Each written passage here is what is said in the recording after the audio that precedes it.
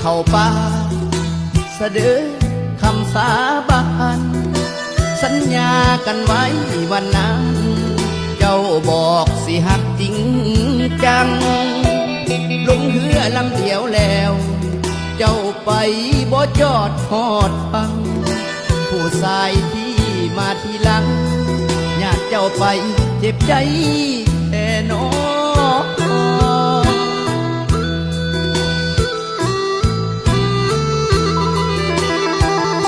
เหตุใด